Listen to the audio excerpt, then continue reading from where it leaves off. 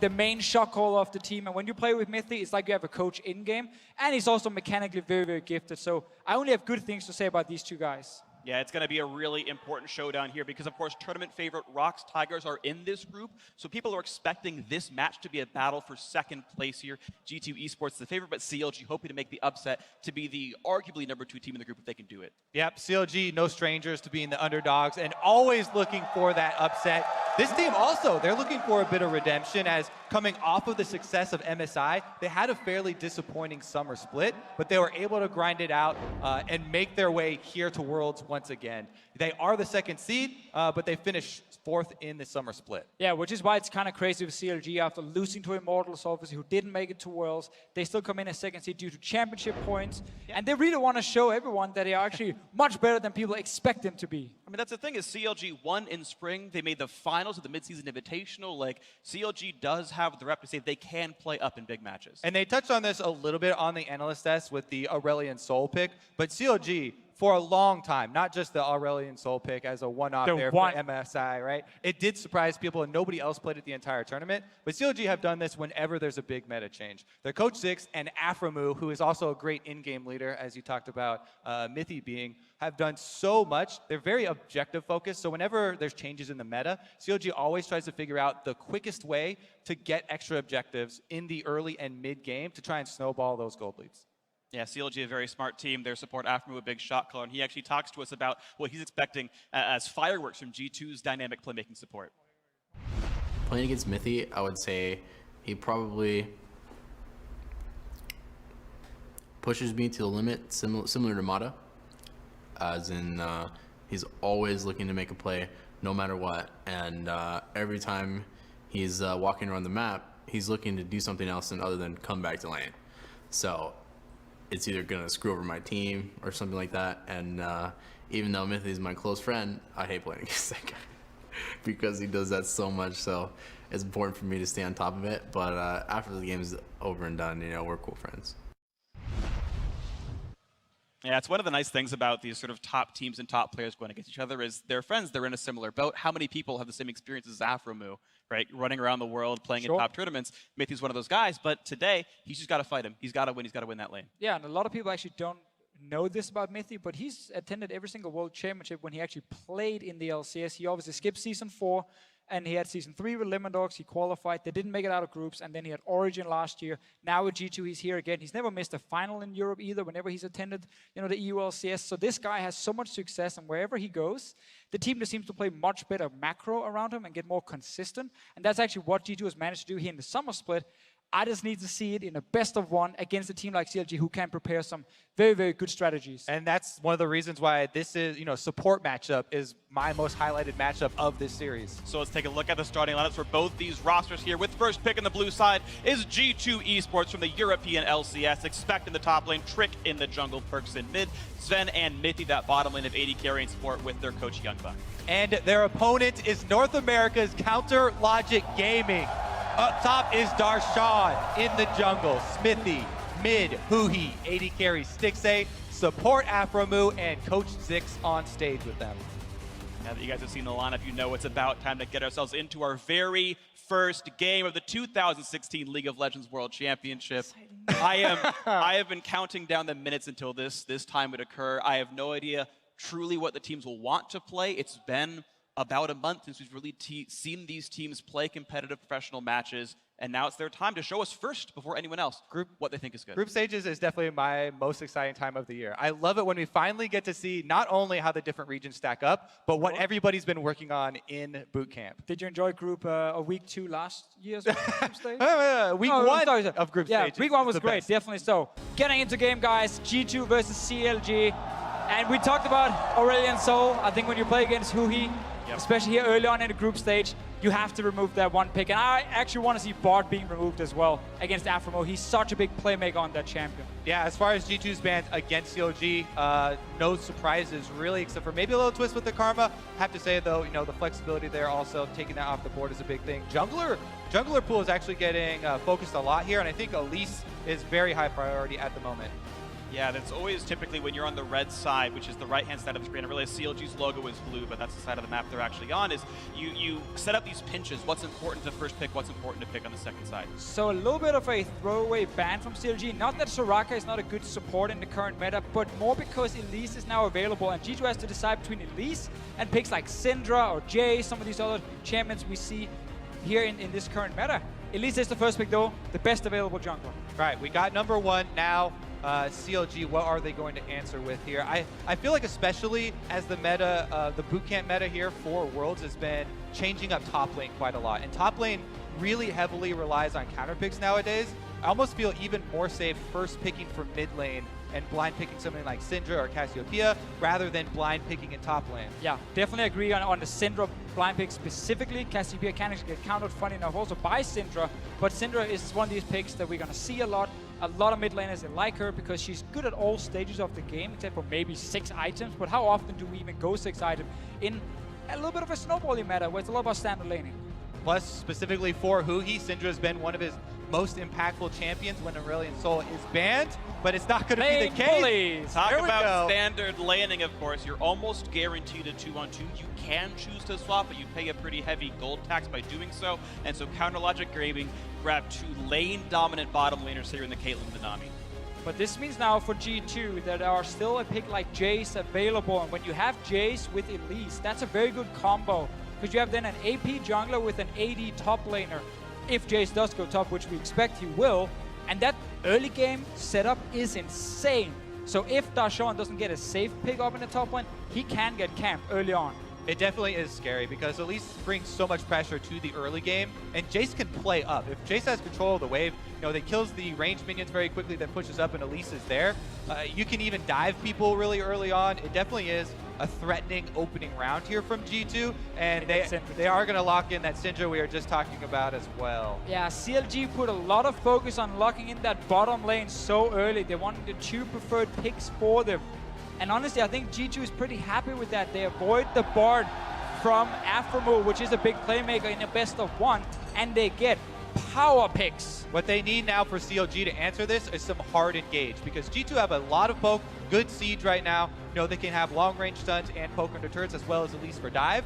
However, CLG could try and go for some hard engage, try and counter this. It has gotten harder though to get hard engaged because Gragas obviously is out of the meta. Very true. Top lane meta is a lot of these squishy picks like Kennen, like Gnar and Rumble and Jace. Like they don't actually offer like that pure hard engage. Kennen could be a choice for just that flashing with after he TPs, but he actually loses lane to Jace. Definitely, and we also need to touch on Jace. With a couple of the changes and why he's been getting so popular, no longer has to wait around for tier to stack up. A lot of mana buzz for him, and the ramp-up time just isn't there that used to be there, so much more fearsome early. And CLG, very, very standard picks, honestly, from what we expect of this meta. Strong 2v2 bot lane with Nami as the lane bully support. Vladimir is one of the picks against Syndra. It's not because Vladimir wins the lane, but he can farm against her as long as she doesn't get a blue buff early. Exactly. It looks to me like CLG are going with their MSI style, where they want to team fight around Stixxay. They did this a lot at MSI, where they put Darshan on Poppy, didn't count on him to win lane, or pressure much early, but he made big plays when it came to team fighting, and it looks like CLG may be focusing on trying to team fight around Stixxay. Definitely so, and there are still quite some jungle picks available as well as a last rotation if you want like a Kindred to maybe protect the Caitlyn even more with her ulti. Graves also is available. We know it's been played a lot in solo queue by a lot of these junglers. Yeah, so it's going to be up to G2 to lock in their final champion. We have the whole lineup here for G2. A lot of long-range champions. Cocoon, you've got Braum to keep the shield to make sure the poke champions are good, but Jason and Jin especially, very long-range champions. They want to get the damage pretty much off the map, and CLG don't really have a lot of engage tools to break those sieges up. Yeah, really nicely curving out their strength there, G2. When the first 3 champions showed, we talked about the poke. They rounded out with more with Jin and then Braum. So good with these comps. Able to push up and save minion waves as well when they go for the siege. Is going to be on CLG to also dodge a lot of skill shots here. Yeah, it really is only Poppy who can start a fight on CLG's side, tiled away from Nami. That's not a hard engage tool because it's so slow when it comes in. And Braum also, as Freak is pointing here on the screen to help me, can also just block it straight away. So it is really, really difficult for CLG to start a fight easily. They do want something that can dive the back line though. Okay, Olaf picked up as a champion, try to assault the Syndra, assault the Jace, assault the Jhin, and he's unstoppable during that ultimate, so you might see him get in there. Olaf, no surprise here. It's been very popular in North America. Plus, we remember Reignover has been boot camping with CLG in Korea. He was one of the first ones to bring that Olaf popularity over to North America. This is a very, very strong champion for the early game. A lot of the North American junglers love the fast clear into early ganks, spamming your ghost cooldown, just constantly clearing out camps and getting off a lot of ganks. The early game is really where he shines, so yeah. falls off later. And he needs to really, really do something in the early game because G2 has very strong solo lanes here in Syndra and Jace against the Poppy and Vladimir, and Elise, who can also gank so effectively early on. So G2 will definitely look to snowball the top side of the map, and then bottom lane, well, they have to survive. They might get one gank just to relieve some pressure. Otherwise, they're on their own, and they just need to make sure they don't fall too far behind. It's a good thing also for CLG that Olaf has 2 dive partners in the Vladimir and Poppy, because if you're running Olaf into that much firepower, oftentimes when you're running up, even with Ghost on, you can get shot down before you attack him, kill him off. I mean, if he turns unstoppable, he actually loses a lot of those defensive stats and becomes easier to kill off. So guys, we are getting ready for our first game of the 2016 World Championship. So tell us who's gonna take the first game of the tournament. Tweet up hashtag G2 win or hashtag CLG win if your votes are behind Europe or North America respectively as the teams load up onto the Rift. Of course, we have a North American crowd here, and you can hear who they're voting for. Oh, sorry, that's what I heard. That is unlike here in is. San Francisco, but we are now loading onto the Rift for Game 1 of the 2016 League of Legends World Championship.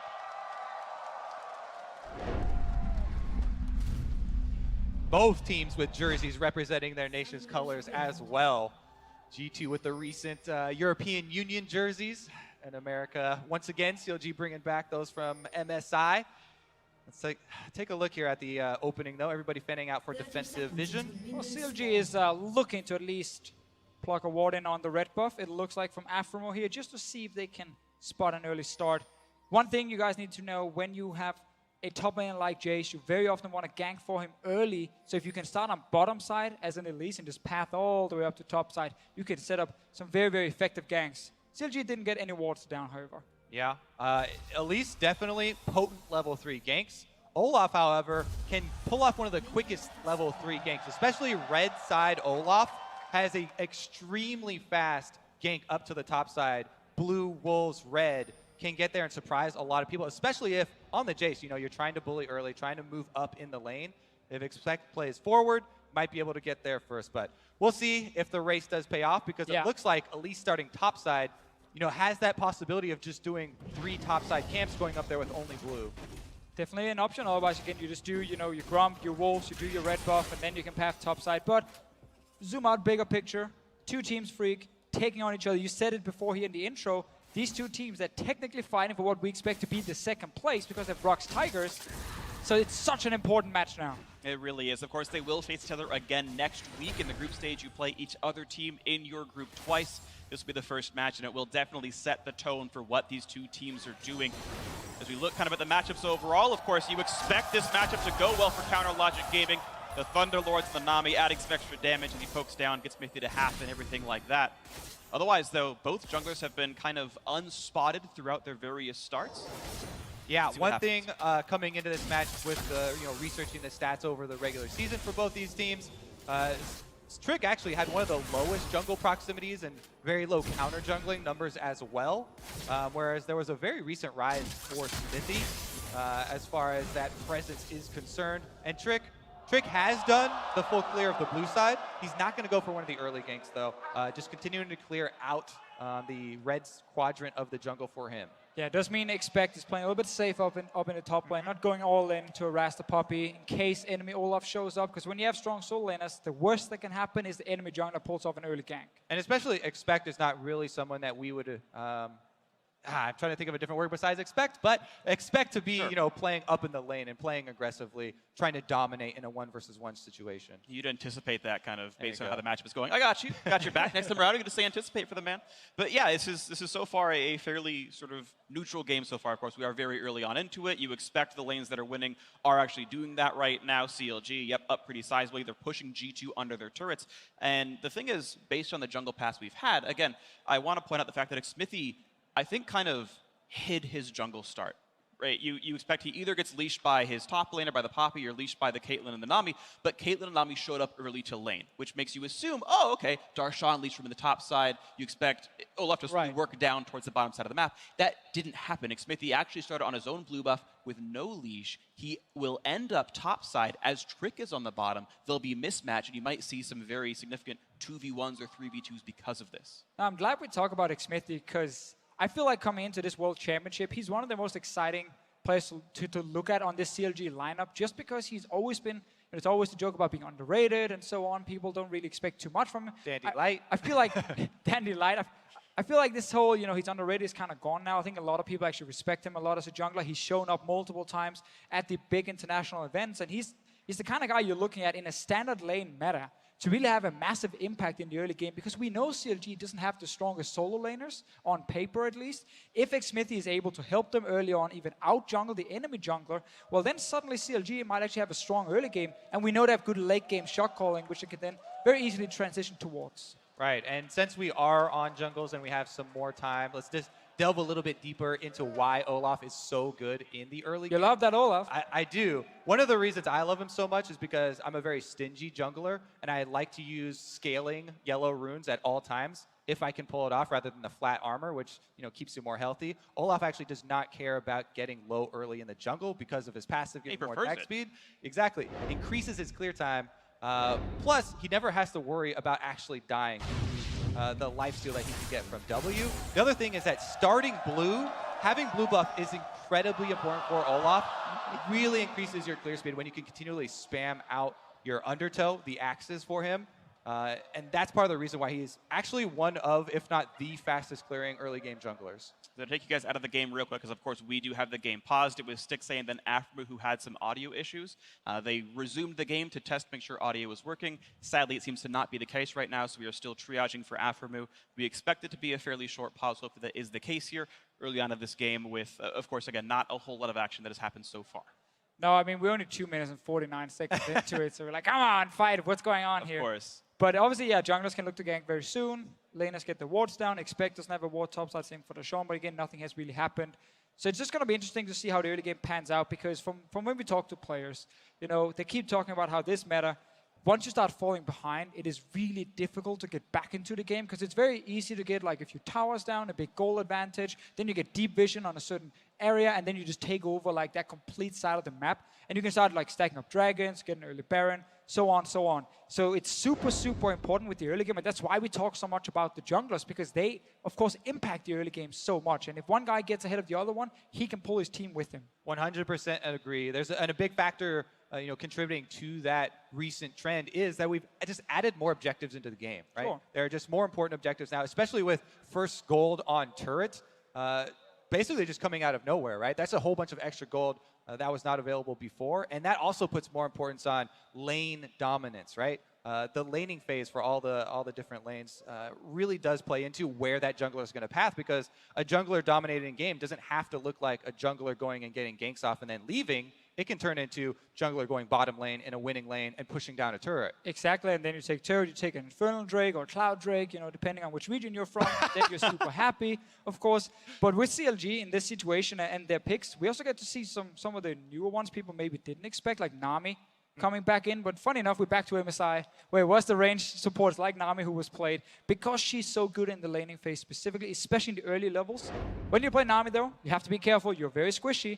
Later on, if you miss that bubble, Braum jumps you, enemy jungler jumps you, and you die very, very quickly. Definitely true. Bottom lane for CLG, the one pushing up, they have to be a little bit more careful.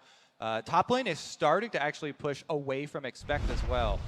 And here we go. We are back into the game, and this time around, It hasn't been paused again, so we might just be back into the action here as Counterlogic Gaming once again is taking on G2 Esports North America versus Europe. Smithy actually pathing back down to the bottom of his jungle. A long route down. It is a very curious path. Definitely, you talked about throwing off the enemy's timings, Freak, though. They would have no idea he's on that side. I assume he's attempting to find Trick and just gets a Scuttle Crab for his efforts. Yeah, early Scuttle Crab control is extremely important as far as the vision control that we've talked about snowballing. Yeah, and I definitely like it when you have a pushing bot lane.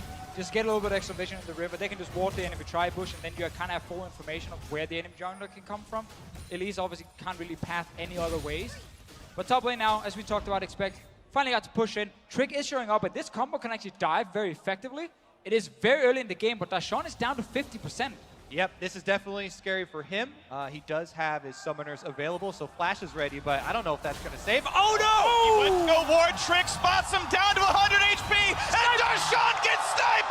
Expect draws first blood at the World Championship! And that was almost too easy for G2. We were expecting the big dive to happen, maybe one member would drop too low and a potential counter gank, but nope. Darshan walked into ward too late to see if the enemy jungler showed up, and Trick was already there. We talked about it in Champion Select, the dive potential of a ganking top lane. And Elise. And man, G2 jumped out to a big lead there. That is going to take some wind out of the sails for North America. Let's see that again here. So Darshan does have his ward available, but he doesn't have anything put down, and he wants to win a ward now. Trick is here maybe a few seconds earlier than he expected. Yeah, I mean, anytime, that's what we talked about, you know, the importance of lane dominance, and when lanes are pushing in, you have to actually make a move a couple seconds earlier. Here we go, though. This is a reactive move from Smithy, and because it's reactive, walking over vision probably won't get much out of it.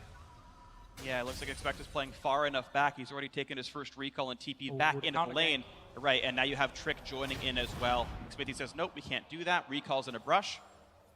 G2 don't know that he's not still waiting, but it's another 2v1 against Darshan. Yeah, he does have Flash. This is the situation where you tell your top laners to play stupid and just go all in, just like walk into minions, play aggressive. In case enemy jungler was still there, he would have gone for the gank, and then he could have counter-ganked it. Now, they might just get a bit of poke on Darshan. He still has Flash. Yeah, I love that dangerous game, right? Because you have to be careful with how stupid, quote-unquote, you play. Run forward. You lose half of your life to it. Definitely can bite you in the backside, but both junglers end up recalling after that non-action. Look at the other lanes in this situation here. We have mid lane. We talked about Vladimir can farm even versus the Syndra, unless Syndra gets her lost chapter and then also a blue buff. She can just perma push, perma harass. She has one of them now. She needs the blue buff when it spawns, but Trick was a greedy jungler, took it for himself instead of giving him to his mid lane. Like you mean a smart jungler? A smart jungler, of course. One other thing that's pretty curious is the early Moby boots for Trick. It is a risky buy. It's definitely a snowballing buy. We've seen people be punished for it, as you don't have those combat stats, but definitely allows him to put a lot more pressure on the map and try and snowball. Has a chance to be rewarded for it. Spots Smithy dancing back and forth. Axe tags him, turns off the bonus move speed, and they go back to their respective sides to map. Both junglers being spotted now. We just have a chill game for now. Yeah. Meanwhile, the boots on the other side for Smithy, that is the go-to boots for Olaf. We talked about the low cooldown of the Ghost Summoner spell for pulling off ganks. Want to try and abuse that as much as possible. Plus, flat cooldown reduction helps out with the undertow damage. Forcing the flash out of Expect. Nice done by Darshan, but here comes that counter gank. Trick walking through a ward doing it, and Darshan knows he's safe. And that was definitely not good enough here from Expect. He was out of mana. You can see his build. He's not going for tier. He's going for a build we see more and more from Jace, where you just rush Ghostblade, and you have an insane power spike very early. So he's not stacking any mana regen just now. Jumping in for Stixxay. Good damage gets attacked onto Afro. One more hit will stun him, but they're going to land the root. One more auto. Can't quite get in range. Vent won't get it. CLG actually does win that trade, as Afro has plenty of mana to heal back up. Yeah, now we actually have an opening for CLG in the top lane because there is no flash from Expect. He walked in to hit that tower, as we said earlier, without mana and didn't really accomplish anything. It was just a greedy play, and now we can see this Olaf go to top lane and actually try and gank the Jace. He's very easy to gank as an Olaf with his ulti. Yeah, you can't knock him back, pop of the ulti. The best that Jace can hope for is to try and jump to an enemy minion that's closer to his turret or something. But aside from that, will drop pretty quickly. Counterlogic Gaming going to go ahead and recall their dual lane. Nicely played by Mithy. He will build a freeze for a while, actually. You've had Sven recall quite a bit earlier, just kind of by himself. Got his own bit of armor penetration. CLG backs up for a BF sword on their AD carry, plus their Sightstone. It does mean Mithy will have to recall late, and there will be some 2v1 time. very briefly for CLG in the duo lane. Luckily for G2, though, the wave is actually pushed so far towards the G2 tower that you're not really at risk of getting zoned for minions or anything. You can just sit and farm. And as those teleports for top laners do come back up, this first Ocean Drake definitely becomes a real possibility, especially if the bottom lane does gain control and continues pushing like that. So we'll see if CLG put down some wards in preparation for that. This is smart by CLG, though. They're standing in the spots that G2 would go to ward, but they haven't been seen yet. Ooh, they might find Mithy when he passed down to the bottom lane, or potentially just dive onto the Jhin. Jhin is all alone here. Here comes the slow from Afro. He pulls the aggro. Nothing for him to do. He can't do anything. Saves the summoners. But G2's a great coming. clean kill by G2. Here comes Trick. Here comes Smithy. Here comes Perks. Huhi on the backside. The flash chase in. Huhi wants in. Here's the tidal wave as well. The flash does get him out of range. Huhi's still staying alive. Here's the TP, and Darshan gets him. Smithy the second kill for Counter Logic Gaming. Darshan right over the wall. They do use that TP we're talking about just as it comes off cooldown. That means, though, Not over yet, didn't guys. use his, and he's This is a 4 versus 2. Here's the teleport for Expect. They're still putting the damage of Darshan getting low. He might die to the turret. One more hit, but then still picked up Trick. The snipe comes back in after a little bit overextended. One more hit, he'll do it. Mithy gets the kill. He's trying to save it for Expect, but Summoner Heal saves his life. Afro gets out. CLG still stays up a kill with the play.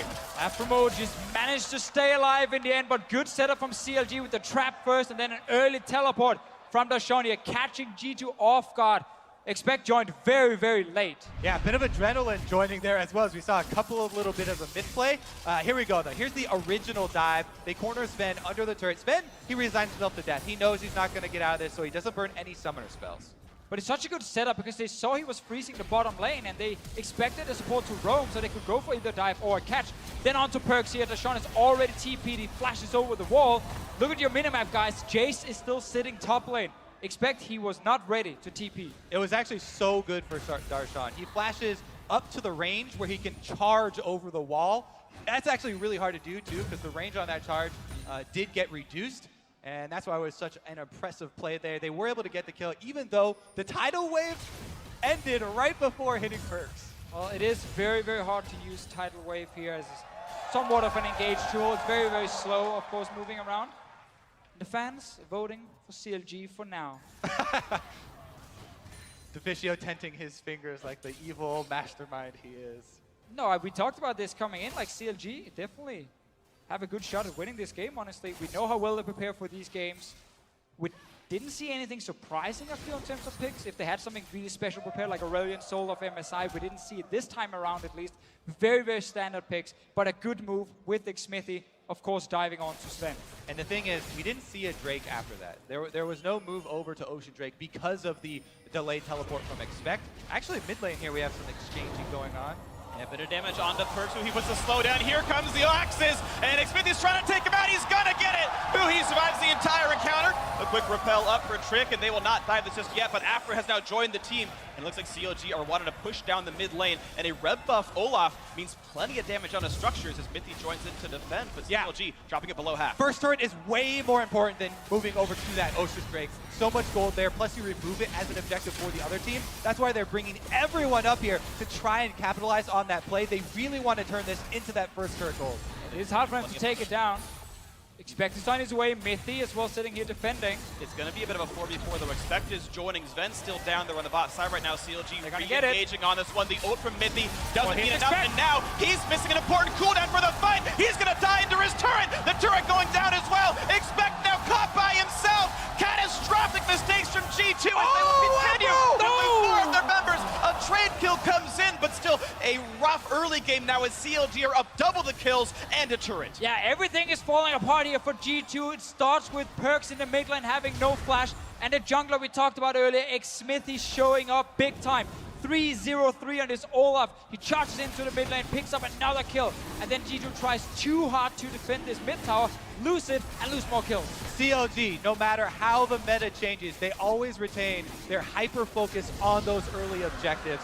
There it showed. They are willing to commit their whole team for this first turret gold, and G2 were not. They still had Jhin down bottom lane, and it was a bit of a desperate move to try and defend this turret here. As you see, Mithy used his ultimate just on the minion. Yeah, especially after the ulti is now gone from Mithy. Well, that was the best you can do. Now just back away because you have no cooldowns left. Expect also just seem to forget Darshan could walk in behind him. Gang down bottom lane. Looking for the play right now. Curtain call is up. Stixxay takes a couple after. Gonna block this as well. This should not kill him, and it won't. He'll survive with 300 HP. That's the ulti down for Sven, but it does mean lane control for G2. Their jungler's there. Most of the CLG bot lane has to recall away, and this will at least be a wave pushed in. Yeah, while G2 have done fine in the laning phase, it's as soon as CLG are forcing these fights very, very early, moving Xmithie around, TPing down Dashawn, then it seems like CLG is just reacting much faster. And G2 suddenly has to react on the fly. They come in one by one, a little bit too late. Perks in that mid lane as well. You had zero vision in the river. You had no flash either versus an Olaf. Why are you trying to fight in the first place? And that's just really well played by CLG and great shot calling. Seeing these mistakes from G2 and punishing them. Yep, CLG have been working together so long with this as their focus.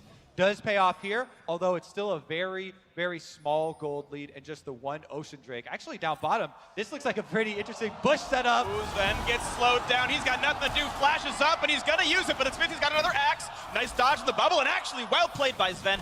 Gets away from the gank, even puts some punishment back onto Xmithie for his troubles. However, it still means it's a 3v0 at this bottom lane outer turret, and Counter Logic Gaming look to extend their gold lead. Sven not really in engage range, and as the minion wave is cleared out, CLG ups the gold lead to 2,500. That's exactly what CLG were looking for. That bot lane tower killing Sven would have been a bonus, but didn't happen due to also the swiftness boots here, making it easier to dodge around as a Jhin.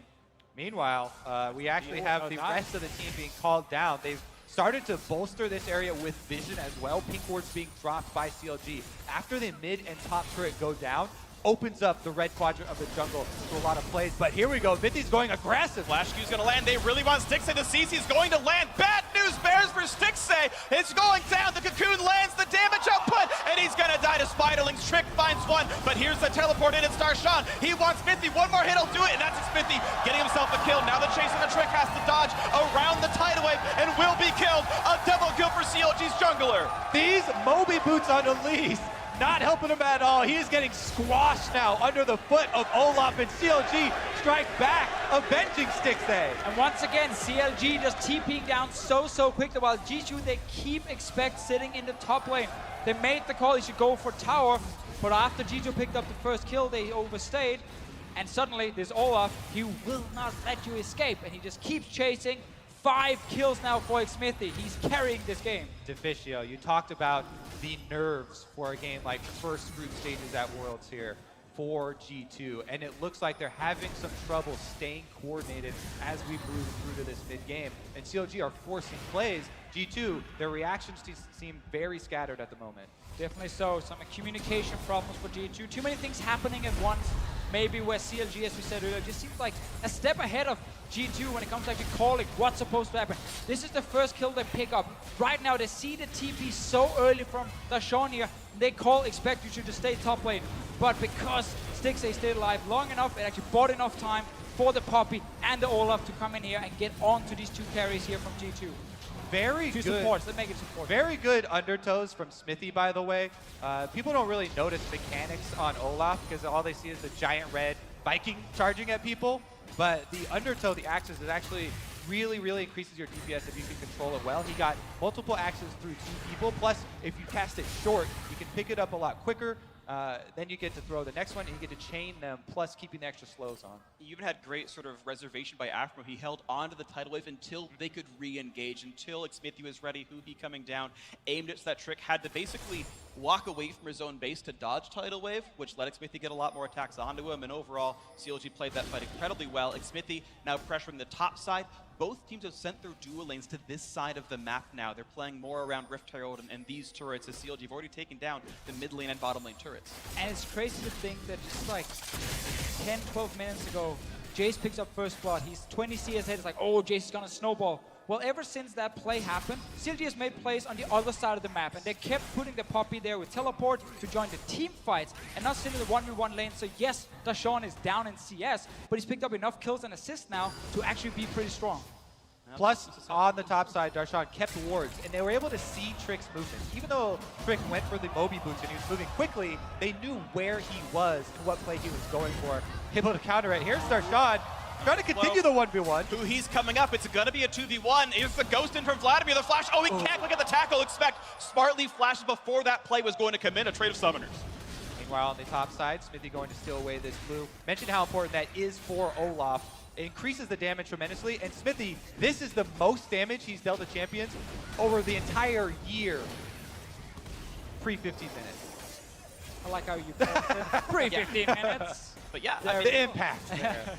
But statistically, it's Smithy's best early game of his year, and this is the reason that Counter Logic Gaming is winning. Trick has been in the right place several times. There have been some good landing phase matches for G2, but Smithy is putting CLG on his back. He's clearing the wards away, and even just this, just showing up is enough to say, oh, you're right, Olaf's here, let's give him the turret. I mean, look at the minimap right now. CLG are pushing down multiple lanes at the same time. Mid is pushed in, bot lane is pushed in as well with 2 towers down already. Perkz is just stuck in the mid lane. Both of the guys, both him and who he actually used Ghost before to try and get down to bottom lane, didn't really get any sort of reward from it, but they're now down 1 summoner. It is definitely worse for Perkz because he's just sitting back at a tier 2 tower and he's not able to move. And I think at this point, CLG, after they clean up the last turret here and they've got their 3 turret advantage, the wards are starting to move in. You see the pink wards even encroaching in G2 territory. This makes the Drake control extremely easy for them. So this Cloud Drake should be picked up fairly quickly for CLG, and it is very dangerous for G2 to go face check this, as they don't have anyone tanky. They don't have a big body to go face check into Fog of War. It's very hard to come back in Vision Wars like this. Now, maybe it is a repel steal here from Trick, but it's very risky. That's a good move right there. Now he's not in repel range to the Drake anymore. He can't get into it without burning Flash. A nice start with the Shock Blast, but CLG now own the Ocean and the Cloud Drakes. And those are the 2 big sort of rotation Drakes. They keep your health and mana topped off. They get you to the new lane faster, and this is already CLG's playstyle. It's accentuating what CLG are already doing to beat G2. Yeah, and I really like when I see teams do what CLG is doing in this game here, where it's not about individual players specifically, like stepping up and just outplaying everyone else. No, it's as a team. They're like, okay, we're losing top side. How do we win somewhere? We have a strong bot lane. We have a strong early game jungler. Forced place on the bottom side. TP Deshaun down early to join these fights here. And then as a team, we can beat G2. And that's the focus that CLG put on in the offseason. They rebuilt their entire team around that philosophy. That is all about the teamwork. Has paid off for them at MSI, and we talked about a very similar looking strategy here for them. So far it is. It's still fairly early in the game, and there are possibilities of getting picked off. Those possibilities are quickly dwindling, though. Yeah, and we're in the mid game now, where normally you would look at CLG's comp and say, ooh, not the strongest mid game composition. Vladimir wants to scale, of course. Caitlyn wants to scale. Let's see if actually anything happens. Sven is trying to run away. Here's Hui. Goes, he porta belts in, looks for a bit of damage on a Mithy, and will not quite get stunned. He's going to walk away from that. Nice dodge as well. No root either. Mithy low. Trick. Ooh, goes to the flash play. Does not catch Stixxay, who he takes a bit of damage himself. The jungler's getting a little bit lower, but the re-engage towards Stixxay. He's got to take the bullets up, and they will do so. The re-engage now back towards Mithy and Trick. Darshan teleports in. There's the repel to stay alive so far. Elise will stay alive, but getting lower and lower over time. Bubble not quite gonna land from after a move. CLG lose a lot of health, but they keep all 5 members alive. Re-engaging now towards this turret. They have a healer, but it's not gonna be enough. Yeah, they should. Here we go. Looks like it's just gonna be an escape here. G2 are gonna be able to defend. Yes, pool. Don't worry. It's okay. He's baiting. He's a blood bait. Please jump me, please. And the thing is, though, CLG, I think, win in this trade a lot of ways because they'll continue to regenerate after this fight ends. They got low, but it doesn't really matter. Their minion waves are all pressed up. G2, even if they dealt more damage, will not get map control out of this. And that's always the beautiful thing about pushing your waves first before you make plays, because then even if you don't gain anything, or maybe you lose 1 member, there's really nothing the enemy team can do because they didn't have to push all the minions all the way up to your turrets. It gives you a lot of time to respawn and get back out on the map. So CLG with a great setup, not really taking any chances, and it was G2 who used tons of flashes in that last fight. CLG's team fight is just so much stronger right now. G2 have not been able to get the leads in all their damage carries, right? We talked about, yeah, Olaf sometimes, if he's charging at a full damage team, can get shot down. But if the full damage team is this much behind, they're not going to be able to take down the front line of CLG. And it makes it pretty simple for CLG the next few steps as far as ending it out around those normal objectives, chasing people down. Yeah, that was the point I wanted to make before we had the little fight. With CLG having Vladimir and Caitlyn, 2 picks where again you normally say, okay, they got to get past the mid game, get to 2 or 3 items at least. Well, in this case here, because CLG won the early game, got all these early towers down, these carries here, they're already pretty fed, they're already towards the late game build, and they don't really suffer that problem in the mid game anymore. Because Syndra, Jhin, and Jace all picks that really shine with 1 or 2 items. don't have that advantage anymore because CLG has so much gold. And you can already start to see CLG feeling so comfortable that 6A is deviating to a more defensive build on Caitlyn. Usually you see Caitlyn rush to those 3-item PowerPoint, right? But he's already going for magic resistance because he doesn't want to get killed by the Elise Syndra combo. And you can see now another engage comes through. Smithy getting rooted up, but so far so good. And talk about Aframu looking to help the team make a play. Aframu up about 700 gold over Mythy means he's already got the Aegis of the Legion done, so that magic just aura as well, helping to make sure Perch doesn't assassinate somebody with that ultimate. But G2 able to use the lane dominance of Expect, who is 3-1. If it's going to be a carry performance, it'll probably be that G2 top laner.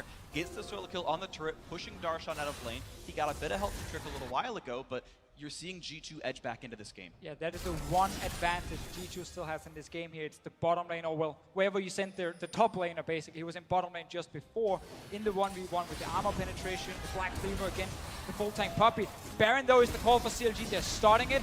G2 is on the way. They do plenty of damage, though, and you've already got Darshan here to play zoning duty. He's going to walk into the support and say, hey, Mythy, look at me, stun me, do your stuff. Knock them away. Yeah, ulti charged up, and he's not going to get rid of Elise, so Trick is still around. CLG choose to keep DPS on. Darshan just tanking damage.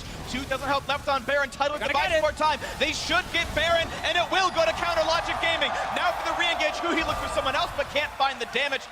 Glacial Pitcher comes out, they disengage, nothing picked up except the bot lane tier 2 turret. It's just too dangerous for G2 to face check this fog of war against the team. There are traps lined up, Poppy is ejecting people, and Vladimir is zoning.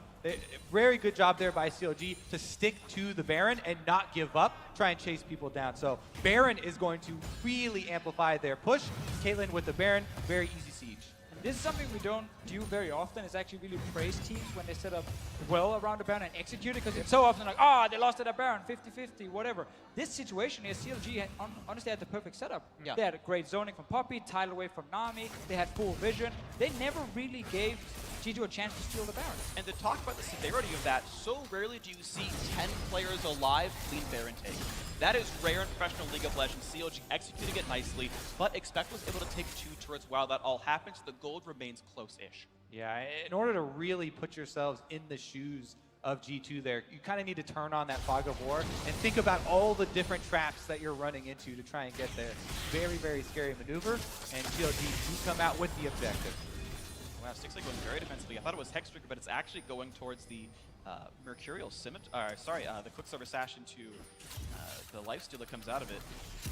That is Mercurial Scimitar, I'm silly, but It is. yeah, I was thinking Ball of Mortius in my head, and I just like completely blanked on that. Thank you, AD Carry main. Yeah, I know. I just haven't had to buy Magic System in a while, and I just forgot how it worked. But here we go. He running back and forth. Of course, a little bit quicker thanks to the Cloud Drake. Hit up a bit. Losing 500 HP. Doesn't seem to care. And you got 3 big tanks on CLG now. Poppy, Vladimir, and Olaf. Really, really difficult for a Jhin and a Syndra to kill these tanks. Normally, they're very good at killing squishies, you know, flat armor penetration, flat magic penetration on both these champions. Well, right now, you have to kill a massive front line first. Yeah, this is a giant steamroller comp here from CLG, and they really want to use the Baron buff to get the turrets. That's why they're not taking this Mountain Drake right now, trying to get the turret gold first. That's going to be mid lane tier 2 down. So there's only 1 tier 2 turret left, and CLG gets that first 6 turrets right now. They're definitely sizably ahead right there. Over 4,000 gold now, once again stretching that lead as they shove their waves in. Mythy fighting for vision control in his own jungle just outside of his base. That's how choked off G2 are right now. Only good thing as a supporter when you ward there is how quickly you get back to fountain, get more wards, go back and place the same ones, because the enemy will just clear them. Yeah. But yeah, if you are G2, you're actually not even looking for late game, because we have Caitlyn, Vladimir again, and Poppy as well on the side of CLG, like insane late game scaling. This needs to be a massive outplay for G2 in a team fight to win this game. Exactly. What you're looking for are mistakes, unforced errors, openings for you to capitalize on, right? And those can occur around turrets where you have the extra damage to assist you from your turrets, but okay. Mythy blocks up the shot, so 6 doesn't get rooted up, but the turret's still under siege. Sadly for them, though, a Baroned up cannon minion is actually outside of turret range, so it doesn't full aggro, and that will eventually clear away. 2/3 health. yeah, they don't really want to take any chances here, so CLG backing off out of vision and coming down with the minion wave. You can boost up the speed of the minion wave with that Baron buff as well. So kind of a surprise siege right there. They return to the scene of crime, take down the last turret, and then they can rotate and grab the Drake as well. That is 6,000 gold up for Counter Logic Gaming, who he was splitting in the bot lane, and even got the inhib turret down below half as well. It's one last easy recall as Baron buff times out for CLG. They earned 3,500 gold off of that Baron, and they can now take that clean Mountain Drake as they look for the seeds that might win them the game. If you are G2 at this point, you start talking about, you know, what's our biggest item power spike we can possibly get to before we have to take that fight. Well, for most of these guys, it might be like one more item, guys. Get a third item down, and then we just go for that one fight. If we don't win it, we lost the game. Because the scaling in on CLG is great. They're going to get stronger and stronger. GA completed on Smithy here. G2 needs to just try and fight, honestly, with, let's look at the next, 5 minutes? Otherwise, it's not going to get any easier. Once we have full GAs, full defensive items on CLG, then you're never going to kill them. This is why, by this point, this is where you start to expect to see some risky plays from G2, right? Because they need to take any opportunity that's given to them. If there's somebody slightly out of position, you kind of have to throw everything that you have on that possibility of making that play and trying to turn that into some extra gold. Because there are quite a few extra standing towers here for CLG, since G2 have only taken 3 total. Yeah, but that's the difficulty, of course. If you look at Counter Logic Gaming's composition, you've got Olaf, who's immune to crowd control, Sixlick with a Quicksilver Sash, who can drop off crowd control. Afro should always be in the back, and Hui and Darshan are honestly probably just too tanky. G2 have the right champions for it, but there's not the right targets for it, and it makes it kind of difficult to find that opening. Smithy trading blows with Mithy. Doesn't quite find too much damage. Trick battles back and forth, but look at that. CLG, once again, holding vision control on this side of the jungle. He eats up all the traps, and the rest of Counter Logic Gaming shoved down the mid lane. Kind of face taking a bit too much there, than a half HP, maybe about a 4 that he can chew. Has the Guardian Angel, gets rooted, might run out of HP, he's got to be careful! And that's the revive forced down, so here come the teleports, here comes the team fight. 6-8 dodging away pretty nicely, Darshan joins the fray, and how much damage can they really find? Trick is low, Huhi looks at the chase on to expect, and there's the flash out from Trick himself. Huhi has the empowered heal available, puts some damage on Amithy, a nice stun comes out from Perks, a little bit, Snipe's gonna come through, nearly kills him, Smithy, the Olaf close to dead. Block shield comes out, doesn't block any damage though. It's a late trigger from Afremu, and it means Counter Logic Gaming have to recall losing a Guardian Angel. Ooh, Smithy takes a heal from Afro, gets away. See, that's the opening they're looking for, right? Openings like that, and they do gain something out of it. Taking down the GA off of Smithy, popping the ultimate, they bought themselves a little bit of time. No kills though, so there's not really any extra gold, and next time around, I don't know. It looks rough for your boys there, Dixio. Definitely does. I mean, full credit to CLG. They've just outplayed G2 in the early to mid game. Smithy was on fire this game, and also good shot calling, setting up the plays we highlighted earlier. That was close to the best fight G2 could hope for. Don't pick up a single kill because of the tankiness of CLG. Now Darshan picked up the GA, so if you remove it from Smithy, he just takes it himself, and now you have to do the same thing again. And remember, if CLG are able to take this game, it has huge implications for this group. One of the reasons why we're so sure that this is going to be one of the games that does decide that #2 seed is because Rocks are so heavily favored to get out in first place, and Albus Nox Luna are pretty heavily supplanted in that 4th spot. So CLG, breaking the analysts' predictions here would be a very big upset.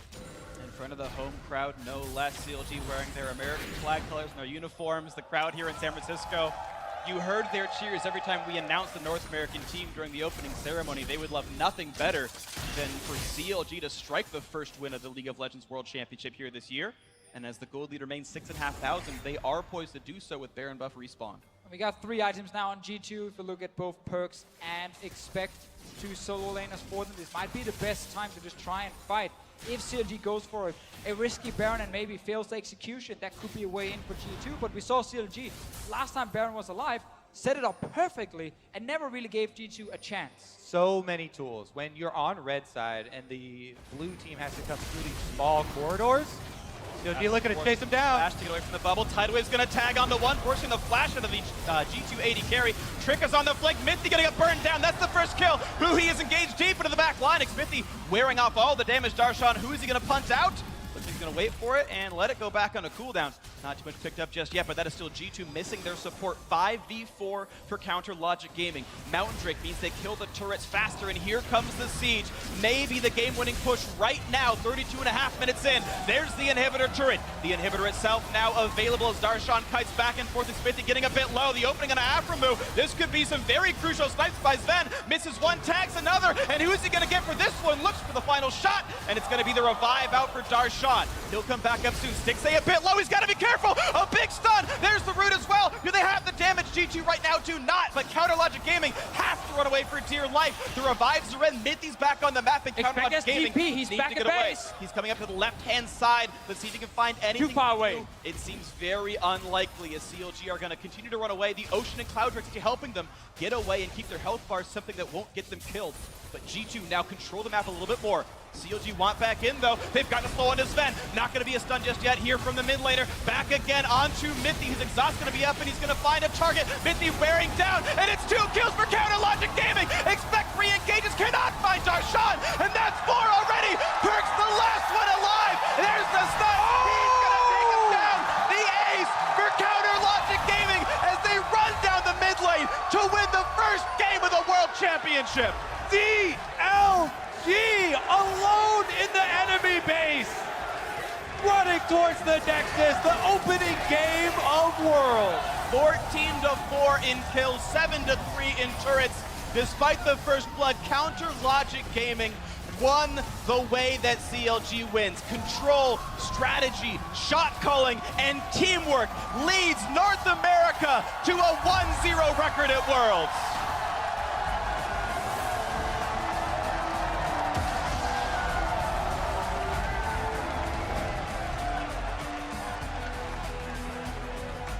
Honestly, a very calm and clean win for CLG as well. All through that teamwork. Smithy, definitely the point man, creating a lot of the plays as the jungle, but the entire team, great coordination and not phased by the first blood at all. No, exactly. CLG came in, they had a plan, play around bottom lane. They first rotation the Nami Caitlyn. Super strong 2v2 lane. And they said, you know what, guys, let's just play around these guys, and if Darshan can TP out of his lane, Expect didn't follow twice in the early game when we had these fights, and G2 just seemed to be completely caught off guard, honestly. They were not ready to react when CLG forced plays. So really well played here by CLG, and they fully deserve to win this game. And some of them were such tight calls as well. I point back to the desynced recall where you had Mithy block a bubble so Sven could get back, Mithy built a freeze, and then recalled back to lane. And there's a 20-second window of a desynced 2v1. Huhi and Mithy come down saying, this is our exact timer, the only time we can dive Sven. 4v1, he's dead for free, another 2-for-1 after that. And CLG played these scenarios so cleanly, so crisply, so quickly. And that's why they won. Yeah, they just need a little bit of information. They see that, support is building up a freeze here. We know he's going to recall later. Yep. Bot lane, Xmithy was already moving down, and that's just great understanding of the game. And you've also, of course, played these scenarios over and over. Not a lot of teams will pull off a play like that when they know there's a freeze and an AD carry might be alone. So really well played by CLG. And Xmithy especially, what a performance. Yeah, I mean, Mithy from G2 did mention it. Reacting to these plays has been something that G2 has struggled with. Even though he feels like they're stronger, pretty much across the board than his previous team, it definitely showed in this game. And they did look a bit scattered, something they're going to have to clean up moving forward in groups. Yep, definitely. Yeah, you definitely did see good points from G2 though, right? Expect winning his lane. We didn't watch it very much, but Perks did win over Huhi. He was constantly up 10 to 12 minions for almost the entire game, and it started pretty early on in the laning phase, but of course the downfall was the fact that the coordination wasn't there, right? Whether it was late teleports or late rotations, CLG were still able to find ways to move first and to play as a team first. And even if you are theoretically outskilled on paper, 5v4s are 5v4s. You don't really lose those fights. These are very good players still, even if Sven is like one of the very best AD carriers in the world. Stixxay is, on the grand scale, not far behind him. And when you see those executions, they're still cleaned by CLG. Aphromoo has had so much time with all of these players, and he is one of the all-time great in-game leaders. It just shows with CLG's play. They never lose calm. No, exactly. And I think we also get to see this tournament, and especially this game here, how when we talk about one player maybe being slightly better than another player individually, it's really not by a lot. It's like small things, where there's a small advantage. In a game like this here, yeah, Huhi, okay, you fall down 10 CS. You're playing Vladimir. You're fine falling down 10 CS because late game, you're going to be way better. And that's exactly what he was in this game here. And Stixxay Aphromoo can definitely go toe-to-toe with some of the best bot lanes in the world. We saw it at MSI. Yeah. We're going to see it more and more as well. And this is now the story I maybe want to tell about Counter Logic Gaming is whether you get counted out or not. At the big events, 2016 CLG shows up. Second MSI, I mean, most people predicted them to not get out of groups at the Midseason Invitational. Instead, they make the finals. Most people predicted them not to get out of groups here at Worlds as well. Very true. A lot of people put G2 above them. And that's the point, right? Is, well, here you are, getting ready for the major event when it's time to focus and be ready against the world's best. And CLG looked super sharp. They looked absolutely great. Yes, you still saw moments from G2 that were good. Again, they won top lane pretty significantly. There was some good split pushing there, but you have CLG kind of on fire again. It's that MSI CLG, it seems. And now next game obviously is the Rocks Tigers versus Albus, a game where the rest of the group. Yeah, the rest of the group, where Tigers will be heavy favorites, and they will be favorites in every game they play here, but upsets can still happen in BO1s. Like CLG, G2, these teams can still take a game off them. Obviously, a team like G2 needs to play much better than they did right now, but CLG, if they continue playing like they did here, good coordination, setting up plays around the bottom lane, they can definitely take games off some of the other teams in best of ones. Absolutely, and of course CLG and G2 will have a rematch next week to figure out who even advances on further. But now we're going to send it down to the stage where Shox is waiting with a word from CLG's AD carry. Thank you very much indeed. Waiting here with Stixxay from CLG after that victory over G2. First up, congratulations. You were the underdog going into this matchup, according to a lot of the analysts, but how did you guys step into that one? Well, obviously, like, we're used to being in the underdog position, so it's nothing new to us. And I feel like it almost fuels us to even play better. So, yeah, it was pretty good. Well, you guys played amazingly. Very interesting pick and ban picking for that very aggressive lane. How did you want to contain that bottom lane specifically, and how did that fit into the rest of the game plan for this? Well, we know that G2's main lane they play off as bottom lane, so we decided to pick like a really strong bottom lane to contain that, and it worked out pretty well. This world's meta, I think, is pretty hard to figure out. I think a ton of teams have different priorities, so you'll see a ton of different drafts. So expect more weird picks. Expect more weird picks. We love to hear that. Fantastic victory. How does it feel in general to bring home the first victory for an NA team here in NA? It feels really good, especially since like so many people doubted us, and it's always fun to keep feeling the EU-NA rivalry. So. Well, you definitely dealt the first blow in that fight. CLG upsetting G2 here, fantastic. Talk to me about how you guys as a team stand into this tournament before MSI coming out of NA as the first seed. Now it's a bit of a different story. MSI was a very breakout tournament for you personally, but it seems to be a different atmosphere, and a lot of the hype is going into TSM for this tournament. But how do you guys view it? Well, in my personal opinion, I think that NA is actually a really strong region. Some people don't really think that, but in my opinion, they're probably like the second best region right now. So there's a ton of hype going to more so like the top NA teams like TSM and Cloud9. But even though we're like the other Worlds team from NA, we're still obviously really good. So yeah. Obviously really good, that showed in this game. Finally, tell me how you think this group is going to go. A lot of people have said, well, Rock's clear #1, and then 2 is going to go between G2 and CLG. How did you see maybe your opinion on that changing now that you crushed G2? Well, yeah, I agree. I think Rox is the clear #1, and then the battle is us versus G2. I still think it's going to be us versus G2. Just because we won a best of 1 doesn't mean we're better. So I think at the end of the group stage, it's still going to be us versus G2. So. And is it going to be you in the end? Maybe. Just kidding, of course. Of course. Well, fantastic. Congratulations on your very first victory here at Worlds. Stixxay, fantastic victory from CLG. And now we're going to kick it over to the guys at the analyst desk. Thank you very much, Shox. CLG victorious in Game 1 of the 2016 World Championships. But before we get into anything, gentlemen, I have to acknowledge the stellar 0% prediction rate that currently exists on this desk. And I'm sure the fans will be happy about that one. I mean, if it mathematically 1,000 voices to 3 is a very unfair ratio. CLG is like the Yugi, man. You can never count them out with their Millennium Puzzle. They show up every time it matters. That is very right, and they showed up here. And before we dive into the gameplay itself, want to hit Champs like just briefly, as we saw the Aurelion Sol banned out, but that Caitlyn pick that had been brought out at MSI for Stixxay, made popular there, doing work again here.